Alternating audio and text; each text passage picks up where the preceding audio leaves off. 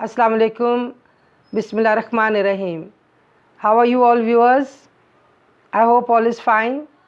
I'm fine too. Stay safe. Stay home. Now we begin with chapter 3, the phrase and the clause. First I will explain to you what is the phrase. A group of words which make sense but not complete sense is called a phrase. For example, in the west, on a table, in the mountains. Now we are talking about in the west. So anything can be in the west, anything can be on a table, and anything can be in the mountains. It does make sense but not complete sense. The sun sets in the west, that country is in the west, the book is on the table, the polar bear is in the mountains, or in the mountains, on a table, in the west. This part of the sentence is phrase. It is making sense but not complete sense. Now this is clear. Now I am stepping up to second part, the clause. A group of words which forms part of a sentence and contains a subject and a predicate is called a clause. For example, he has a chain of gold. Now of gold is related, but here of gold means the chain is of gold. But when I say he has a chain which is made of gold, now the part which says which is made of gold, now this part of the sentence makes complete sense and has a subject and a predicate. Now which is the subject and is made of gold is predicate. Now this part, when we are talking about this complete sentences, he has a chain which is made of gold.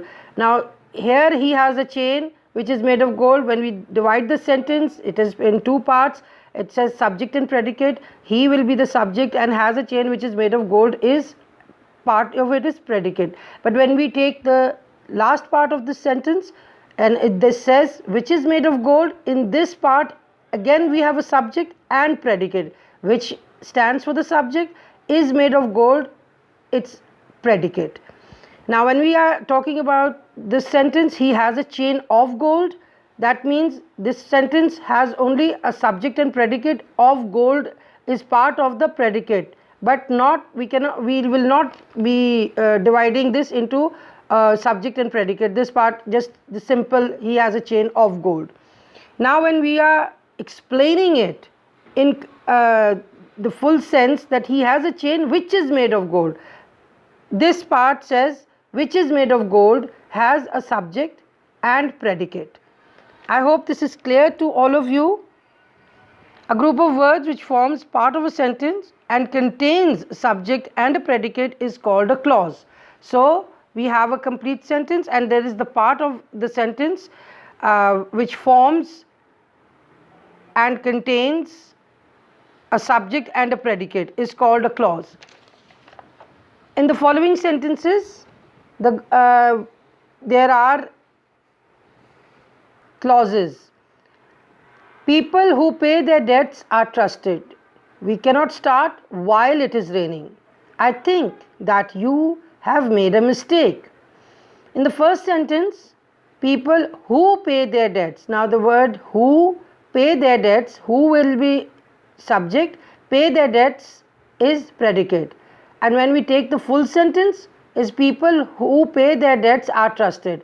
So there are two subjects and two predicates, but part of the sentence has its own subject and predicate. In the second sentence, we cannot start while it is raining. We is the subject, cannot start while it is raining.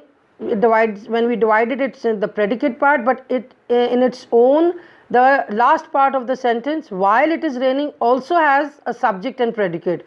While is the subject, it is raining is predicate. So sentence number 3. In sentence 3, I think that you have made a mistake. Now when we see the sentence, I is the subject. Think that you have made a mistake is the part, this part of the sentence is predicate, but in the second part of the sentence, again we have the subject and predicate. You is the subject, have made a mistake is predicate. We end the chapter 3 here. Friends, this was the lesson for today. If you liked this video lesson, please subscribe, like and share. If you have any questions, let me know in the comments below. I will be back with a new video lesson, so make sure you click the bell icon to get an update. Thank you for joining our Grammar Academy. Love you all.